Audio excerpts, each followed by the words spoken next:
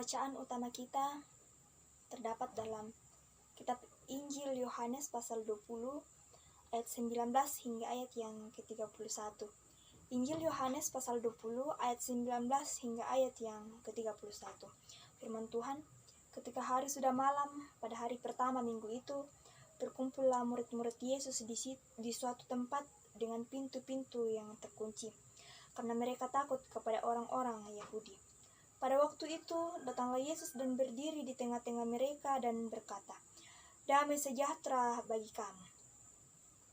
Dan sesudah berkata demikian, ia menunjukkan tangannya dan lambungnya kepada mereka. Murid-murid itu bersukacita ketika mereka melihat Tuhan. Maka kata Yesus sekali lagi, "Damai sejahtera bagi kamu. Sama seperti Bapa mengutus aku, demikian juga sekarang aku mengutus kamu." Dan sesudah berkata demikian, ia mengembusi mereka dan berkata, "Terimalah Roh Kudus. Jikalau kamu mengampuni dosa orang, dosanya diampuni. Dan jikalau kamu menyatakan dosa orang tetap ada, dosanya tetap ada." Tetapi Thomas, seorang dari ke-12 murid itu, yang disebut Didimus, tidak ada bersama-sama mereka ketika Yesus datang ke situ. Maka kata murid-murid yang lain itu kepadanya, "Kami telah melihat Tuhan." Tetapi Thomas berkata kepada mereka, "Sebelum aku melihat bekas paku pada tangannya, dan sebelum aku mencucukkan jariku ke dalam bekas paku itu, dan mencucukkan tanganku ke dalam lambungnya, sekali-kali aku tidak percaya." 8 hari kemudian, murid-murid Yesus berada kembali dalam rumah itu, dan Thomas bersama-sama dengan mereka. Sementara pintu-pintu terkunci, Yesus datang dan ia berdiri di tengah-tengah mereka dan berkata, "Damai sejahtera bagi kamu." Kemudian ia berkata kepada Thomas, "Taruhlah jarimu di sini dan lihatlah tanganku. Ulurkanlah tanganmu dan cucukkanlah ke dalam lambungku, dan jangan engkau tidak percaya lagi, melainkan percayalah." Thomas menjawab dia, "Ya Tuhanku dan Allahku." Kata Yesus kepadanya, "Karena engkau telah melihat aku, maka engkau percaya. Berbahagialah mereka yang tidak melihat, namun percaya." Memang masih banyak tanda lain yang dibuat Yesus di depan mata murid-muridnya yang tidak tercatat dalam kitab ini, tetapi semua yang tercantum di sini telah dicatat supaya kamu percaya bahwa Yesuslah Mesias, Anak Allah, dan supaya kamu oleh imanmu memperoleh hidup dalam namanya. Amin. Tema perenungan kita pada saat ini dan sepanjang minggu ini ialah Engkau Tuhan dan Allahku. Engkau Tuhan dan Allahku. Kamu mau puangku sia kapenombangku. Jemaat kekasih Tuhan, di dalam kehidupan kita sering menjumpai suatu masalah yang membutuhkan seorang saksi. Atau bahkan kita menemukan suatu masalah di mana masalah ini saksi yang dibutuhkan di dalamnya ialah diri kita sendiri. Namun yang menjadi pertanyaan, apakah saksi dalam masalah ini benar-benar saksi yang mengatakan hal yang sebenarnya terjadi? Saksi yang mengatakan tentang fakta dari permasalahan. Tak isyar karena senga tu dadi, na senga tu dipokada. Demikian di dalam pembacaan kita memperlihatkan bagaimana kebangkitan Yesus memberikan semangat baru kepada murid-muridnya untuk bersaksi tentang kebangkitannya. Bapak, Ibu, serta saudara-saudara, ada beberapa pokok penekanan yang akan kita renungkan bersama-sama di dalam pembacaan kita yang utama pada saat ini. yaitu yang pertama, kebangkitan memberikan damai sejahtera. Di dalam kehidupan kita sering menemukan pergumulan yang membuat kita merasa khawatir, bahkan merasa takut. Pada ujung-ujungnya, iman kita yang menjadi sasaran. Merasakan kekhawatiran, ketakutan, merasakan kekhawatiran, dan merasakan ketakutan juga dialami oleh murid-murid Yesus pada saat Yesus akan disalibkan. Harapan yang ditaruh oleh murid-murid Yesus dalam waktu sehari harus sirna karena mereka kehilangan Yesus. Akhirnya Yesus akan disalibkan lalu kemudian mati. Hal kedua yang membuat murid-murid Yesus pada saat itu merasakan ketakutan ialah mereka menjadi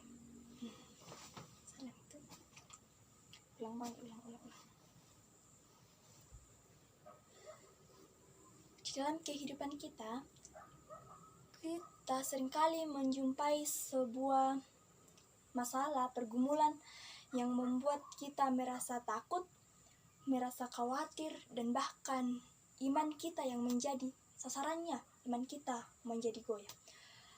Rasa khawatir, rasa ketakutan ini juga dialami oleh murid-murid Yesus ketika mereka kehilangan Yesus.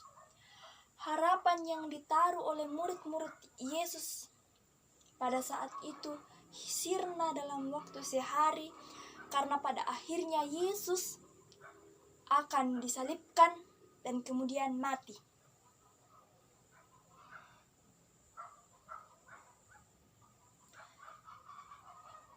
Lalu hal kedua yang mendasari ketakutan dan kekhawatiran murid-murid Yesus pada saat itu ialah karena mereka dikejar oleh tentara Yahudi dan tentara Romawi, karena mereka adalah pengikut Kristus. Di tengah-tengah ketakutan dan kekhawatiran ini, iman murid-murid Yesus mulai goyah. Mereka ragu, apakah Yesus benar-benar telah bangkit?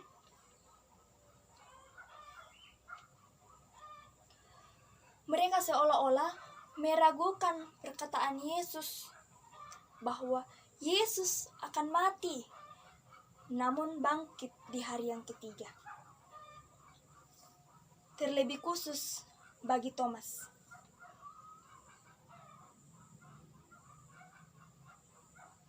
Di dalam ayat yang ke-25 pembacaan kita, Thomas tidak akan percaya pada kebangkitan Yesus sebelum ia melihat bekas paku yang ada di tangannya dan kemudian melihat bekas tombak yang ada di lambung Yesus. Saya adalah umpatongan ni Thomas kumo malimbangun tongan tupuang Yesu katai na usabi kalenai. Sifat yang ditunjukkan oleh Thomas ini membuktikan bahwa iman murid-murid Yesus pada saat Yesus mati tidak seteguh ketika mereka masih bersama-sama dengan Yesus. Di tengah-tengah ketakutan, kekhawatiran yang dialami murid-murid Yesus pada saat itu, ada sebuah sapaan yang menarik.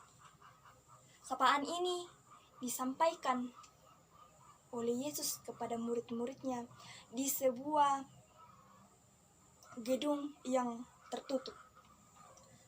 Damai sejahtera bagi kamu. Sapaan sekaligus menjadi penguatan bagi iman murid-murid Yesus yang goyah pada saat itu. Yesus mengucapkan kata damai sejahtera bagi kamu sebanyak 3 kali di dalam pembacaan kita. Yang pertama, dalam ayat 19, kemudian ayat 21, dan ayat yang ke-26. Lalu apa arti damai sejahtera yang diucapkan Yesus kepada murid-muridnya? Yesus ingin mengatakan bahwa damai sejahtera. Jangan kamu takut, kamu aman, aku telah bangkit. Yesus ingin menyatakan, jangan kamu khawatir, kamu selamat karena aku telah bangkit.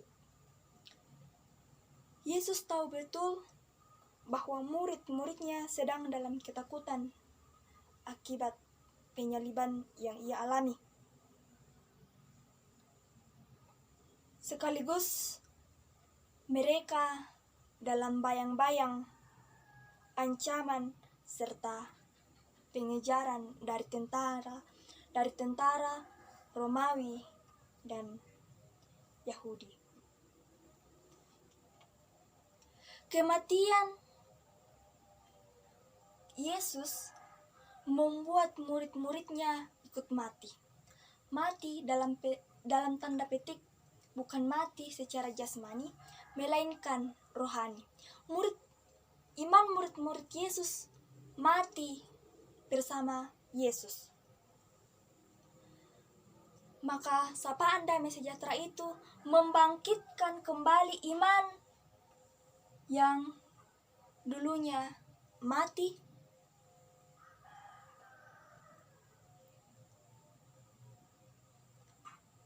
Kata sapaan damai sejahtera membawa pembebasan juga bagi murid Yesus, terlebih khusus bagi Thomas. Kristus memperlihatkan bekas paku yang ada di tangannya dan memperlihatkan bekas tombak yang ada di lambungnya sehingga Thomas menjadi percaya. Bukti bahwa Thomas percaya kepada kebangkitan Yesus ialah lewat pengakuannya, "Ya Tuhanku dan Allahku." Ayat 28 pembacaan kita. Menarik di sini, mengapa Thomas mengatakan kedua pengakuan ini? Mengapa dia tidak mengucapkan "Ya Tuhanku" atau "Ya Allahku"? Ini menandakan bahwa Thomas percaya lalu kemudian mempercayakan. Dia tidak hanya percaya kepada kebangkitan Kristus, namun juga lewat kebangkitan Kristus ia mempercayakan kehidupannya kepada Allah sang pemilik kehidupan. Lalu apa bukti bahwa lewat pengakuan ini Thomas betul-betul mempercayakan kehidupannya? Setelah mengalami perjumpaan dengan Kristus, Thomas pergi dan memberitakan kebangkitan Kristus. Ketika kita menelusuri perjalanan hidup Thomas, ketika ia telah melihat Yesus, ia pergi ke India, lalu kemudian mewartakan Injil kebangkitan Kristus hingga ia mati syahid di sana. Ungkapan Thomas, "Ya Tuhanku dan Allahku," juga dihubungkan dalam pengakuan iman Gereja Toraja bahwa Yesus Kristus itulah Tuhan dan Juru Selamat, sebagai pernyataan sikap hidup percaya dalam hati, lalu mengaku lewat mulut, dan akan menjadi seirama dengan sikap hidup kita. Bagaimana dengan kehidupan kita?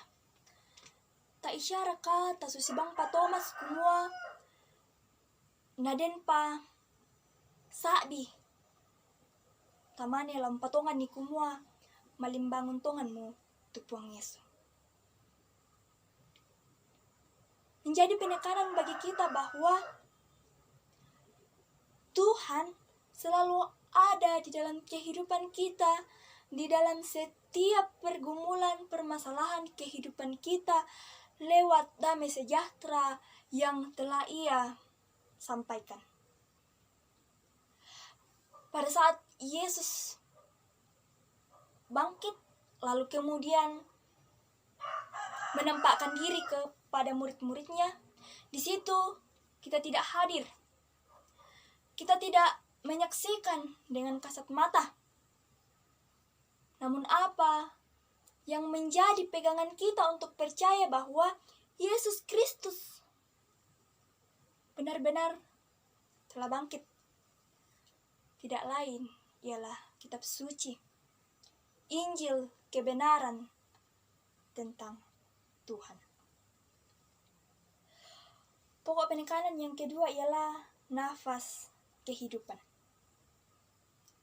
Sama halnya di dalam penciptaan, Kejadian 2 ayat 7, para murid-murid Yesus juga menerima nafas hidup ketika Kristus telah bangkit.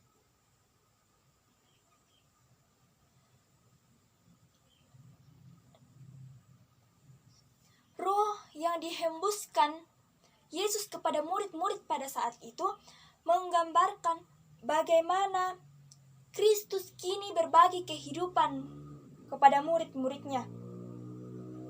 Di dalam perjamuan terakhir, ketika kita menelusuri kembali saat-saat terakhir Yesus bersama murid-muridnya, kita mendapatkan Yesus benar-benar menyadari bahwa Ia berasal dari Allah dan akan kembali kepada Allah. Kembali kepada Allah telah Ia wujudkan ketika Ia mengalami kebangkitan dan kemudian memberikan nafas hidup kepada murid-muridnya.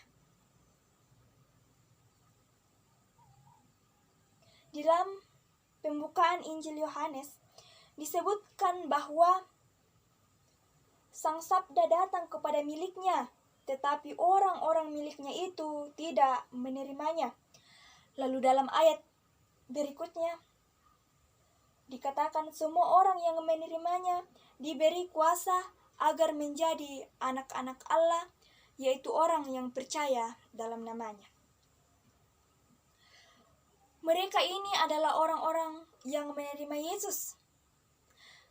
Orang yang menerima Yesus adalah mereka kumpulan-kumpulan orang kecil yang bisa menerima kekuatan menjadi anak-anak Allah. Lalu kekuatan apa yang membuat mereka bisa menjadi anak-anak Allah? Tidak lain ialah nafas hidup yang dihembuskan oleh Yesus.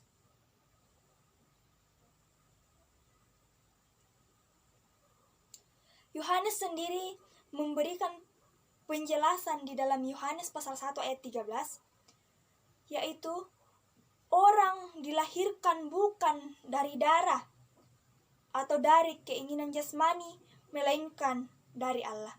Inilah yang kemudian berpadanan dengan nafas hidup yang dihembuskan di dalam Kejadian 2 ayat 7.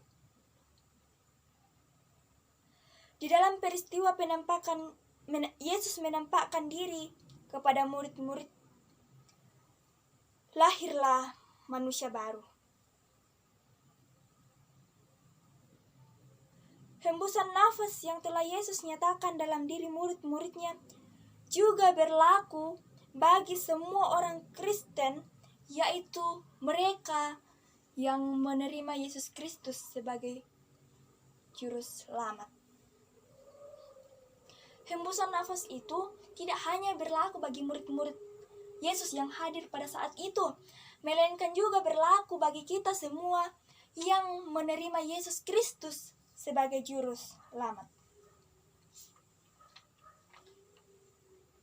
Pokok penekanan yang ketiga ialah bersaksi melalui kebangkitan.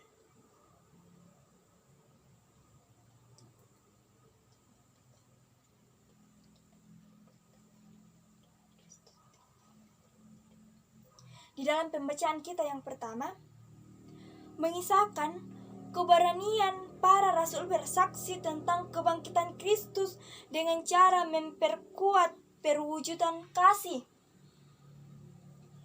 Mereka hidup berkesaksian dengan penuh kasih. Dan di tengah-tengah kesaksian mereka itu, mereka hidup dengan penuh kelimpahan. Mereka tidak berkekurangan. Karena apa yang mereka miliki pada saat itu milik bersama, bukan milik pribadi. Demikian di dalam pembacaan kita yang kedua dalam surat pertama Yohanes mengisahkan kesaksian Yohanes melalui apa yang ia lihat, apa yang ia dengar, dan apa yang ia rasakan dari kebangkitan Yesus. Apa tuna pesabian Yohanes? Situru apa mangkana tiro?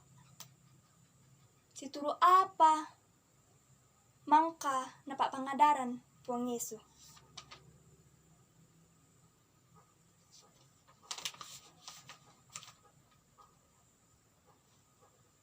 Lalu bagaimana dengan kehidupan kita? Apakah di dalam kehidupan yang kita jalani pada saat ini, kita sudah menjadi saksi kebangkitan Kristus? Dari tongan syami ki rakas saabi kamalimbangunan na Puang Yesus. Biasa lan katuanta tatandai bangmu kumua katonganan mo tu dipugau, katonganan mo tu dini nanga na mo puang tila tapukada. Pabiasa mataku ki umpukade, biasa mataku ki umpes saabian ni belan na mataku ki nakabiri padanta. Tanya puang tu takataku, tanya puang tu takasiri sangadina padanta. Ada sebuah ilustrasi tentang seorang tukang cukur yang mengalami pertobatan ketika ia mengikuti sebuah KKR. Setelah ia mengalami pertobatan, ia berkomitmen untuk mau bersaksi tentang Kristus kepada setiap pelanggannya. Hingga pada suatu hari, ia berniat untuk bersaksi kepada pelanggannya. Ia datang kepada Tuhan dalam doa, Tuhan, berikan aku keberanian untuk bersaksi kepada pelanggan saya pada hari ini, sehingga mereka lebih mendalami tentang makna kebangkitanmu. Tidak lama kemudian, datanglah pelanggan yang pertama. Sementara ia mencukur rambut pelanggannya itu, tiba-tiba dalam hatinya ia teringat tentang komitmennya yang akan bersaksi tentang Kristus. Namun entah mengapa, mulutnya seakan-akan tidak mampu untuk berkata-kata. Sungguh ia tidak mempunyai keberanian untuk bersaksi. Hingga ia selesai mencukur pelanggannya itu, lalu kemudian pelanggan itu pergi. Setelah pelanggan itu pergi, ia kemudian menyesal karena ia tidak memiliki keberanian untuk bersaksi. Kemudian ia kembali datang kepada Allah. Tuhan, kali ini aku mohon, tolong berikan aku keberanian untuk bersaksi tentang-Mu. Tidak lama kemudian datanglah pelanggan yang kedua. Sementara ia mencukur pelanggan itu, ia mengambil pisau kecil ia mengambil pisau tipis yang agak panjang. Kemudian ia mulai mengasah pisau itu dan menatap mata pelanggannya. Sementara ia mengasah pisau itu, ia bertanya kepada pelanggannya, "Tuan, apakah Tuan sudah siap mati?" Setelah mendengar perkataan tukang cukur itu, pelanggan ini kabur. Dia melarikan diri. Tukang cukur ini heran, mengapa dia lari? Mengapa dia kabur? Padahal saya berniat baik. Saya telah memiliki keberanian untuk bersaksi. Hal demikian sering terjadi di dalam kehidupan kita. Kita seringkali memiliki komitmen untuk bersaksi, namun kita tidak memiliki keberanian. Dan ketika kita sudah memiliki keberanian, cara kita yang salah.